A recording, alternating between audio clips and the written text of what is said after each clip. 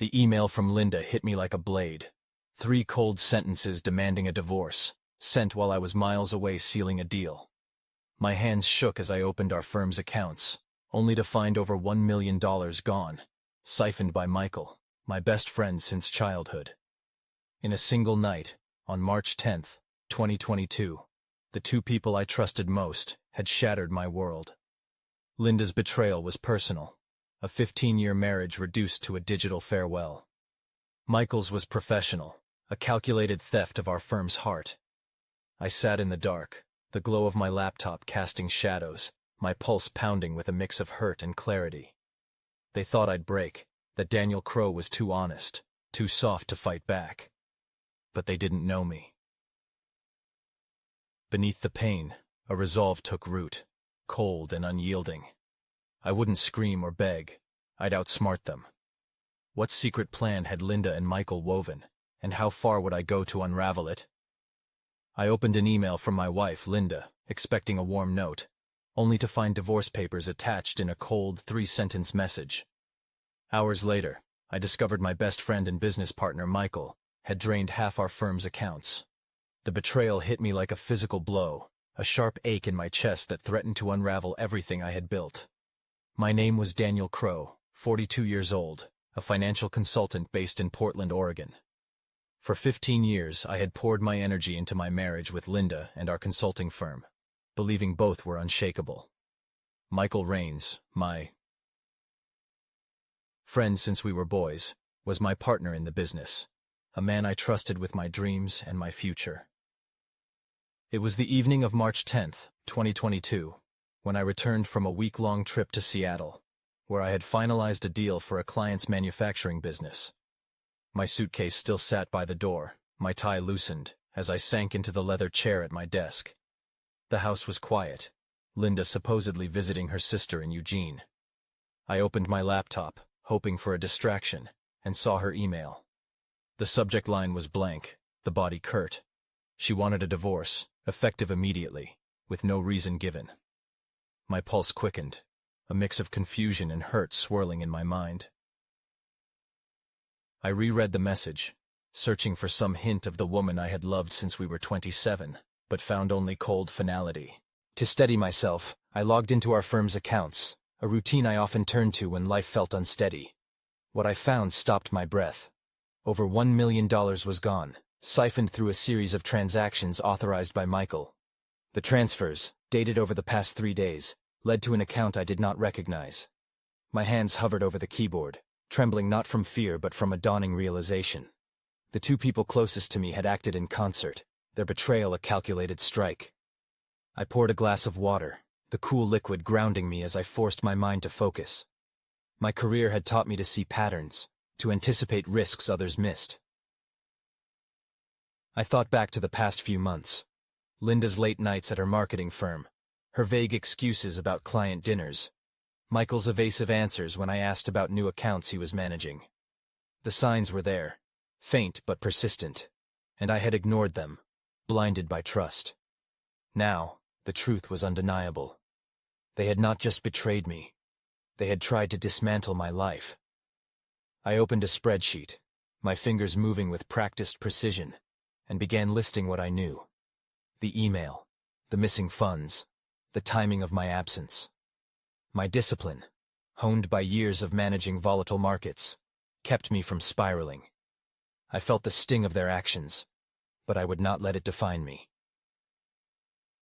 Linda and Michael thought I would collapse under the weight of their deceit, that I would rage or retreat.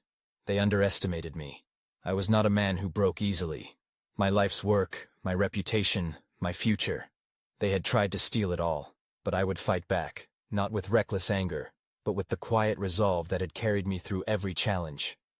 I closed the laptop, the room dark except for the faint glow of the screen, and sat in silence, mapping my next steps. What secret plan had Linda and Michael woven behind my back, and how deep did their betrayal run? In Linda's desk, I found printed emails that confirmed her affair with Michael and their scheme to siphon my wealth, mocking my trust as if I were a fool. The discovery pierced deeper than the divorce papers, a raw wound exposing years of misplaced faith. For 15 years, Linda and I had built a life together, starting with shared dreams of a home by the Willamette River. We met in 2007, both 27, her ambition in marketing complementing my discipline in finance.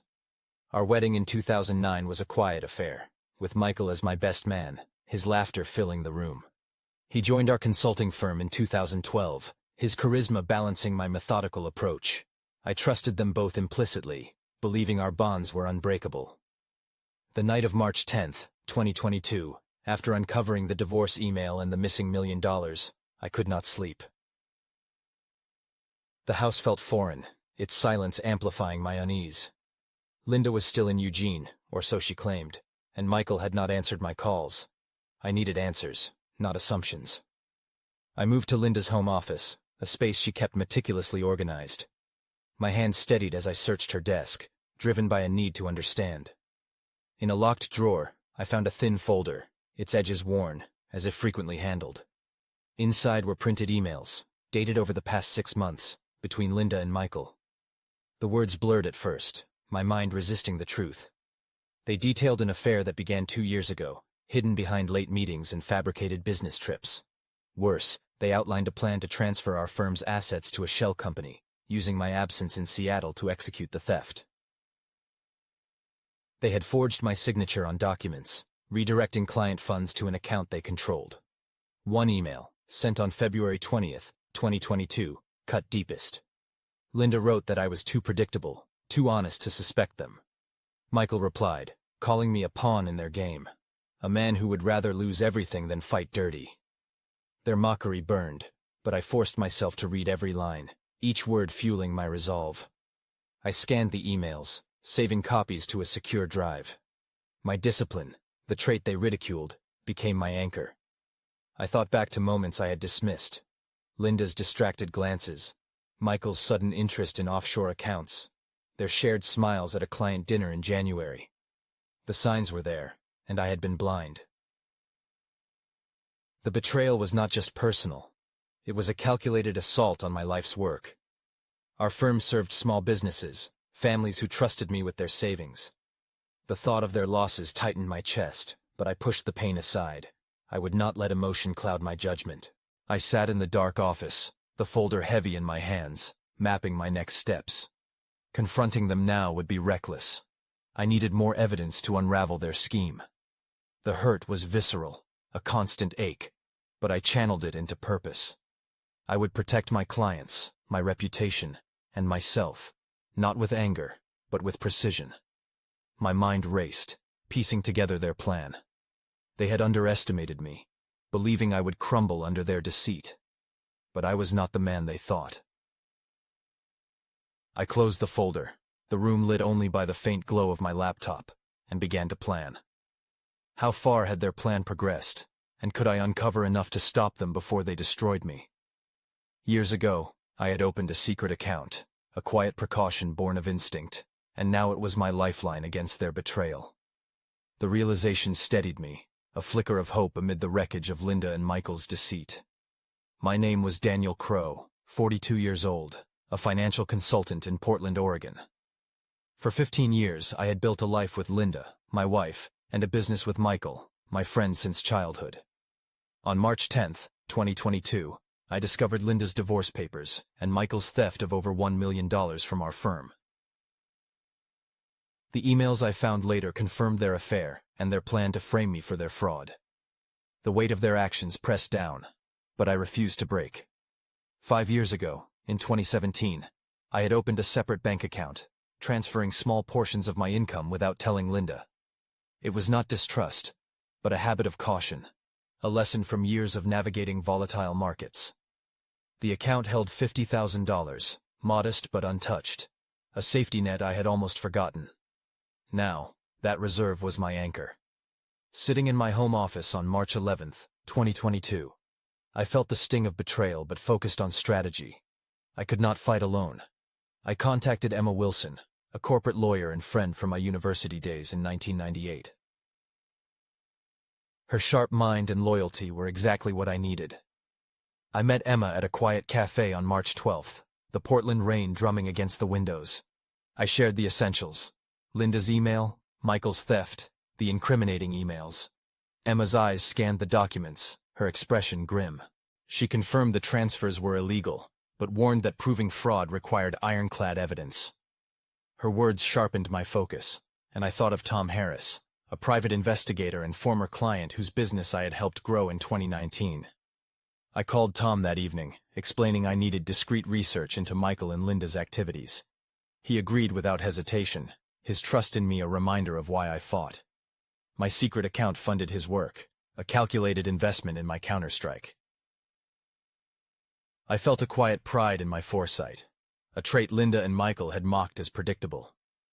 Nights became sleepless, my mind dissecting our firm's records.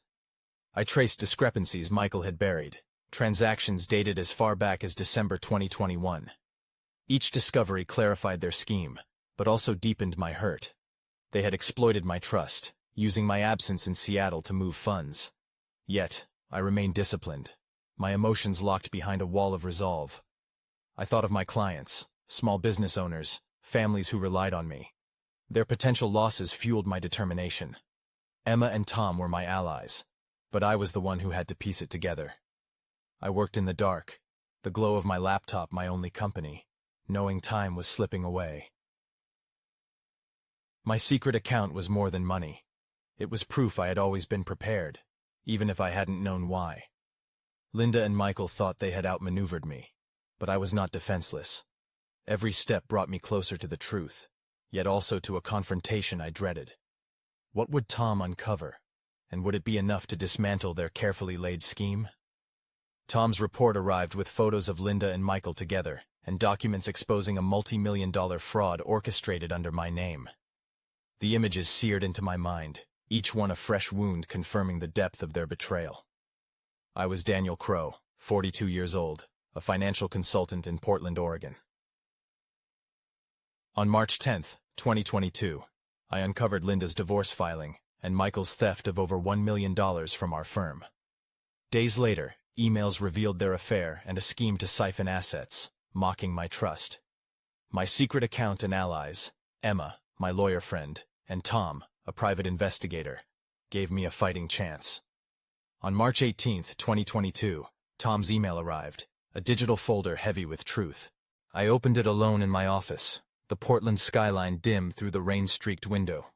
The first files were photos, Linda and Michael in a motel parking lot, their hands intertwined, dated February 25th. My stomach churned, but I forced myself to continue. The next files were bank statements, showing transfers totaling $2 million to an offshore account in the Cayman Islands. The transactions, spanning January to March 2022, bore my forged signature.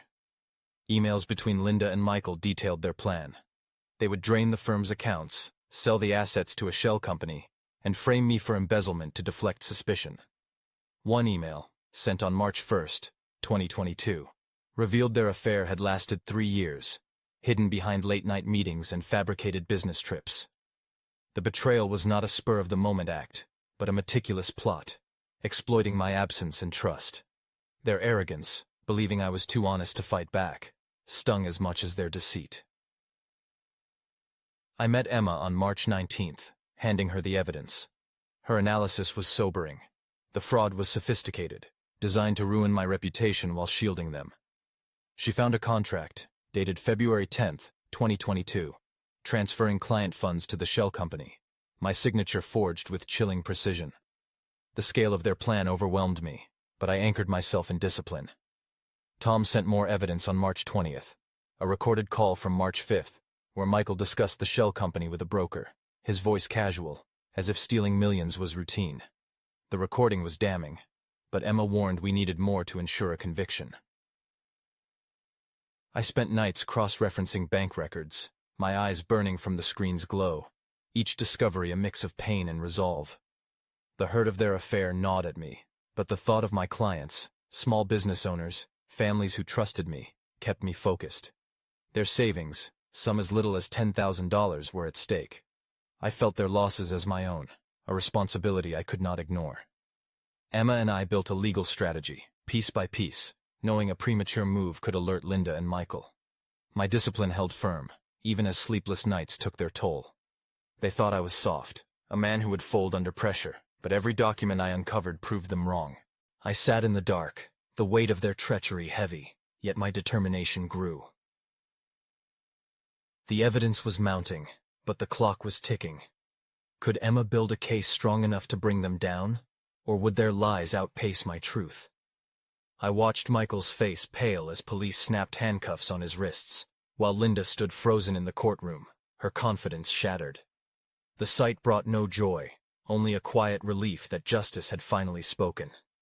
I was Daniel Crow, 42 years old, a financial consultant in Portland, Oregon. On March 10, 2022, I discovered Linda's divorce filing and Michael's theft of over $1 million from our firm. Emails and photos later revealed their 3-year affair and a $2 million fraud, forged under my name. With Emma, my lawyer friend, and Tom, a private investigator, I built a case to reclaim what was stolen. The courtroom on April 15, 2022, was a stark contrast to the chaos of the past month. I sat in the front row, my suit pressed, my hands steady despite the weight of the moment. Emma had spent 3 weeks crafting our case, weaving bank records, forged contracts, and Tom's evidence into a net that Linda and Michael could not escape. Tom's final contribution arrived on April 1st, a video from March 5, 2022, showing Michael meeting a broker in a dimly lit bar, discussing how to launder the stolen funds. His casual arrogance, captured on tape, was the cornerstone of our case.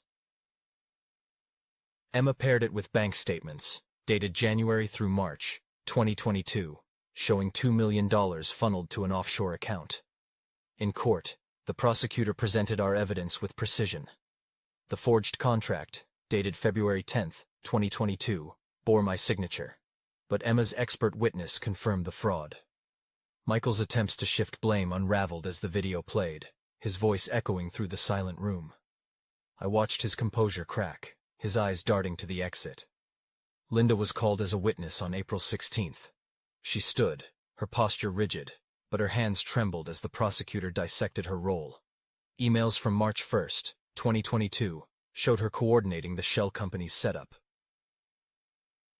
Her explanations faltered, contradicted by the paper trail Emma had meticulously compiled. I felt no satisfaction, only a hollow ache for the woman I once loved. The judge's ruling came on April 17th.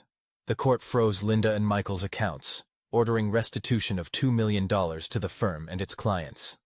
Michael faced charges of fraud, Linda of complicity, with trials set for June 2022. My name was cleared, and the clients, small business owners with savings as low as $10,000, would recover their losses. I walked out of the courthouse, the Portland air cool against my skin. I glanced at Linda, her eyes avoiding mine, and Michael, escorted away, his bravado gone. My discipline had held me together, my allies had carried me forward, and the law had spoken. Justice was not vengeance, it was restoration, a reclaiming of my life's work. Driving home, the Willamette River glinted under a gray sky, and I allowed myself to breathe. The fight had been won, but it had changed me. I wondered what lay beyond this victory, what new path I would forge.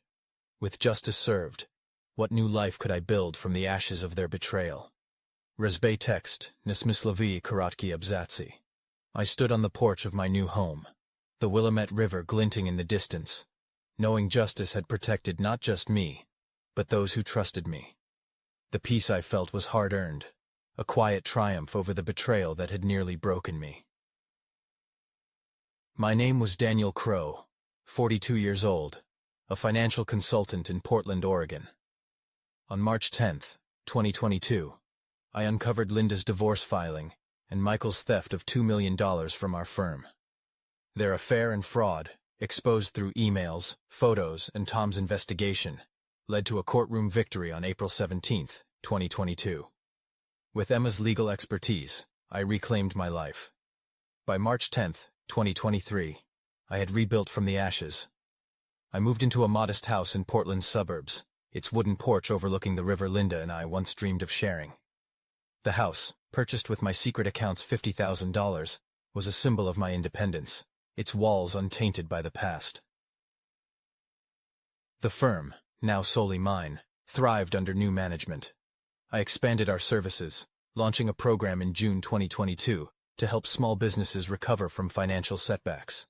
By January 2023, we had supported 30 businesses, their gratitude a reminder of why I fought. Emma joined as a partner on July 1st, 2022, her legal acumen strengthening our work. Tom, the private investigator who uncovered Michael's meeting on March 5, 2022, became a friend. We met for coffee every Sunday, his gruff humor easing the weight of the past. The clients, with savings as low as $10,000, received full restitution by September 2022, their trust in me restored. Linda and Michael faced consequences. The court's ruling on April 17, 2022, led to probation and fines of $500,000 each, their trials concluding in August 2022. I did not follow their lives. They were no longer part of mine. My focus was forward, not back. Every morning, I ran along the river, the rhythm of my steps grounding me. The routine, started in May 2022, became my meditation, each mile a reaffirmation of my strength. The betrayal had scarred me, but it also revealed my resilience. I had not fought with anger or deceit, but with truth and persistence. My new home was more than a building. It was a testament to my refusal to be broken. On March 15, 2023, I hosted a small gathering for clients, their stories of recovery filling the room. Their success, tied to my victory, was a deeper reward than any courtroom ruling. The hurt of Linda and Michael's actions had faded, replaced by a quiet pride. I had protected others, rebuilt my name, and found freedom in living authentically.